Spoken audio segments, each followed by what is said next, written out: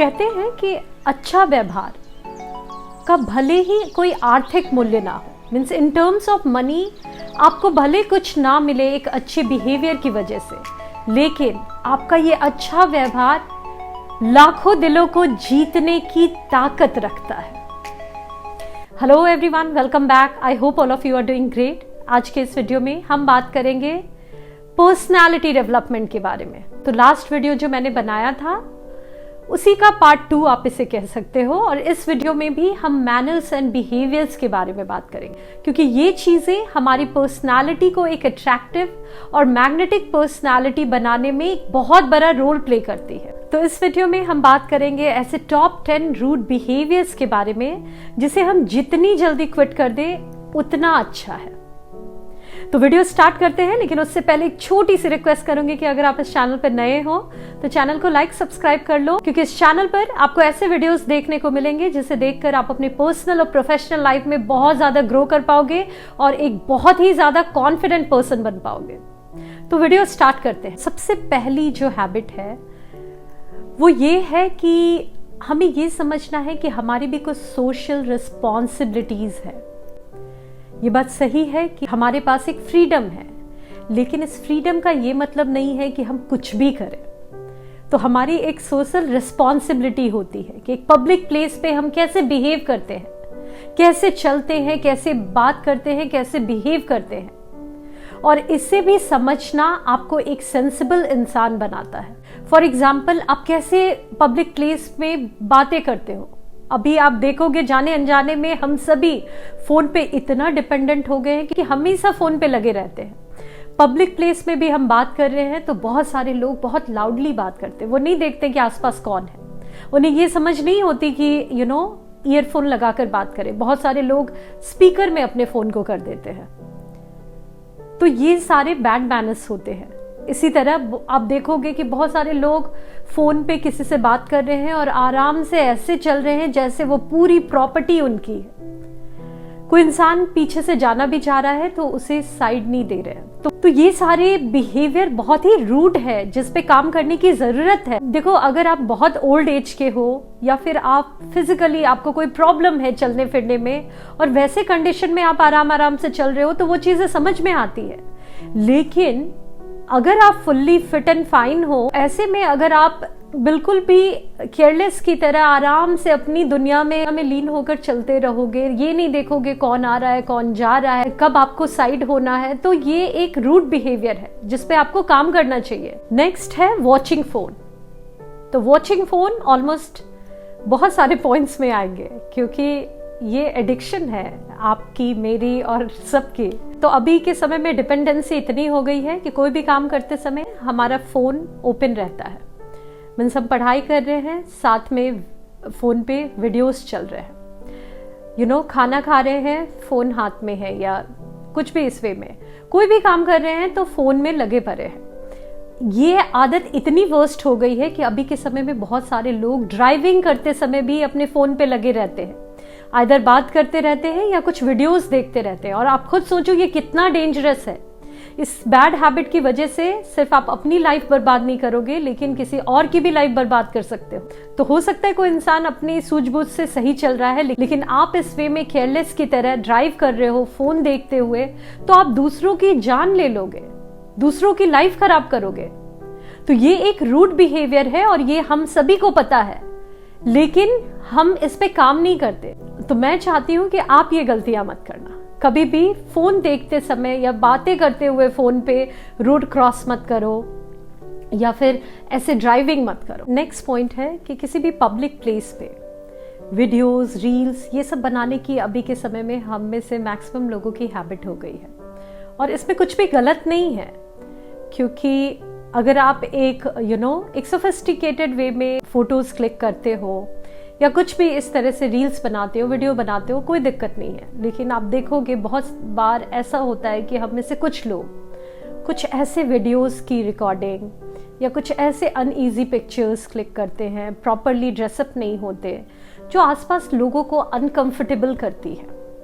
Specially TikTok या Instagram के लिए कुछ ऐसे स्पाइसी कंटेंट बनाते हैं।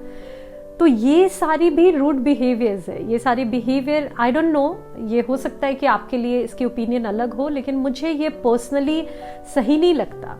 इन जनरल आप कपल पिक्चर्स लो, कपल्स के वीडियोस बनाओ, ये सारी चीज़ें ठीक है, लेकिन जो मैं बता रही हूँ डीपली, जिसमें लोग अनईजी फील करें, वो आपको थोड़ा अवॉइड करना चाहिए, क्योंकि आप इस पब्लिक प्लेस में अपनी वजह से आसपास लोगों को अनकंफर्टेबल कर रहे हो। अगर आपको ऐसी चीज़ें करनी ही हैं तो बहुत सारे रिजॉर्ट्स होते हैं, उसके पर्सनल बीचेस होते हैं, वहाँ पे आप ये सारी चीज़ें करो। एक एग्जाम्पल मैंने दिया, तो आपको पता होना चाहिए कि पब्लिक प्लेस पे कितने लिमिट तक आपको क्या करना है, क्योंकि ये भी एक सोशल रिस्पॉन्सिबिलिटी है। ये नहीं कि फ्रीडम मिली है तो कुछ भी करो। नेक्स्ट है इंटरप्टिंग पीपल। तो जब दो लोग बात कर रहे हैं तो बीच बीच में इंटरप्ट कर देना, सामने वाले को अपनी बात बोलने ही नहीं देना। तो ये हैबिट तो बहुत सारे लोगों की है, और जो एक्सट्रोवर्ट होते हैं उनकी ये ज़्यादा होती है। मैं आपको ये बात बता रही हूँ, लेकिन बहुत हद तक मेरी भी ये हैबिट है, and I will accept this, क्योंकि आफ्टर ऑल हम सभी ह्यूमन हैं और गलतियाँ तो सब में हैं। तो बहुत हद तक मैंने इस पर काम किया है। पहले तो मैं लोगों को बोलने ही नहीं देती थी, लेकिन अब बहुत हद तक मैं चांस देती हूँ, समझी हूँ कि ये कितना इम्पॉर्टेंट है। और हाँ, कभी कभी ये गलतियाँ हो जाती हैं, वो भी बहुत हद तक ओवर एक्साइटमेंट की वजह से। तो ऐसा मत करो, मैं आपको सजेस्ट करूँगी, क्योंकि मैंने पर्सनली इन चीज़ों को फील किया है कि ये एक बहुत ही बैड बिहेवियर है। तो लोगों को बोलने दो, उन्हें बीच में इंटरप्ट मत करो। और जब आप ऐसा करते हो तो इस वे में उस सामने वाले इंसान को लगता है कि आप उसकी रिस्पेक्ट कर रहे हो। आई कांटेक्ट बनाकर भी जब आप लोगों से बात करते हो तो उससे भी पता चलता है कि आप उनकी बातों में इंटरेस्ट ले रहे हो। बहुत सारे लोग ऐसे भी होते हैं, जब आप उनसे बात करो तो वो अपने फ़ोन पे लगे रहते हैं। तो ये भी एक रूड बिहेवियर है कि कोई इंसान आपको अटेंशन दे रहा है, लेकिन आपके लिए उसकी बातें मायने नहीं रखती, इसलिए आप कुछ और कर रहे हो। तो ऐसा मत करो। जब किसी से आप बात कर रहे हो तो अपनी चीज़ों को साइड करके उसे पूरा अटेंशन दो। तो इस वे में आप अपनी एक पॉजिटिव इमेज बना पाते हो। नेक्स्ट है कि लोगों से एक प्रॉपर वे में बात करना तो हम भूल ही गए हैं। जैसे please, thank you, excuse me, sorry, ये सारे वर्ड्स हमें बहुत ज़्यादा यूज़ करने चाहिए, हमेशा यूज़ करने चाहिए, लेकिन कहीं ना कहीं हम इसे नेग्लेक्ट करते हैं। हम इन वर्ड्स का कम से कम यूज़ करते हैं, जो कि बिल्कुल भी सही नहीं है, और इसी वजह से कहीं ना कहीं हम रूड साउंड करते हैं। तो जब भी कोई इंसान आपको हेल्प करे तो आप उससे थैंक्स कहो, चाहे वो छोटी ही हेल्प क्यों ना हो। किसी से भी आपको कोई भी फेवर चाहिए तो रिक्वेस्ट के वे में आप उनसे पूछो कि can you please do it for me, आप ये मेरे लिए कर दोगे क्या। उसके बाद उसे थैंक्स कहो, एक्सक्यूज मी, सॉरी, अपनी गलतियों के लिए सॉरी बोलने से पीछे मत हटो। तो ये मैनर्स जब हम रखते हैं तो हम बहुत ही अट्रैक्टिव पर्सन बन जाते हैं, हमारी पर्सनालिटी बहुत ही मैग्नेटिक बन जाती है। नेक्स्ट है पिक्चर लेने की ऑब्सेशन।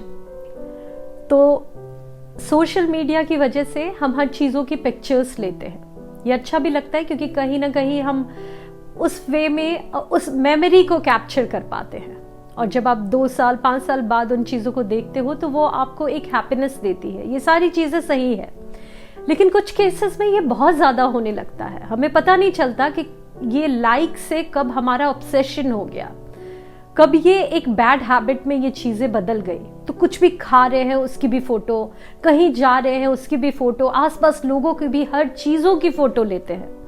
और इस वे में बहुत हद तक हम आप देखोगे कि उस मोमेंट को भी इंजॉय करना भूल जाते हैं। सिर्फ हमारा ध्यान ये रहता है कि ये सारे फोटोज लेने हैं, लेकिन आप रियल मायने में एंजॉय नहीं कर पाते। तो मैं ये कहूंगी कि आप एंजॉय भी करो और फोटोज भी क्लिक करो, वो अच्छी मेमोरीज को कैप्चर करो, लेकिन टू मच ये करना आपको कहीं ना कहीं डिप्रेस बना देता है। आप ये नोटिस करना, हर चीजों को पोस्ट करना, हर एक अपडेट लगाना कि आप कहाँ जा रहे हो, क्या खा रहे हो, क्या कर रहे हो, ये कहीं ना कहीं एक मैच्योर बिहेवियर नहीं होती। ये आपको भी पता है, लेकिन जाने अनजाने में हम सभी करते। लेकिन बेस्ट पार्ट ये है कि इम्प्रूवमेंट हो सकती है।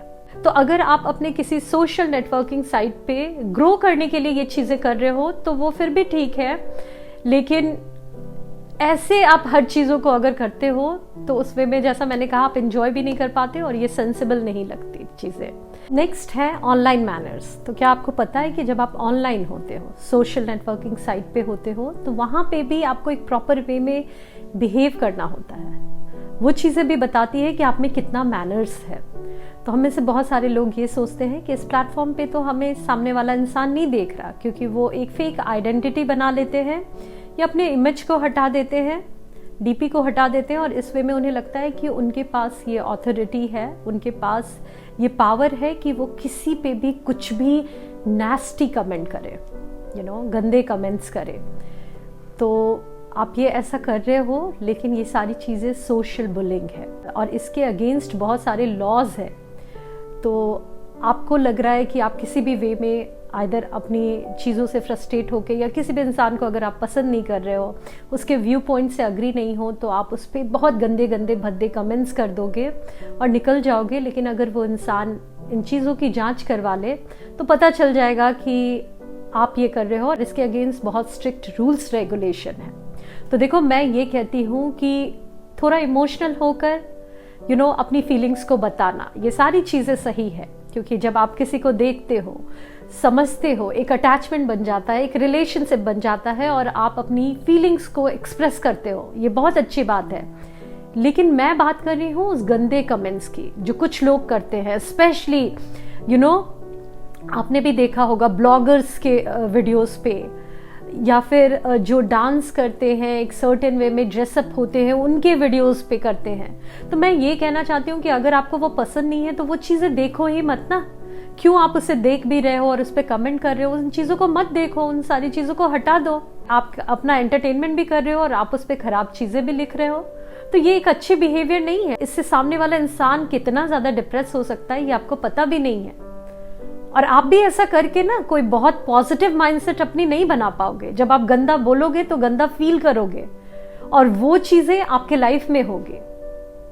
तो अच्छा रहो, अच्छा फील करो और आसपास पॉजिटिविटी फैलाओ, प्यार फैलाओ। नफरत और ये नेगेटिविटी अगर हम ना फैलाएं, वो एक ज्यादा हम्बल वे होता है। नेक्स्ट है टेकिंग टू मच क्रेडिट।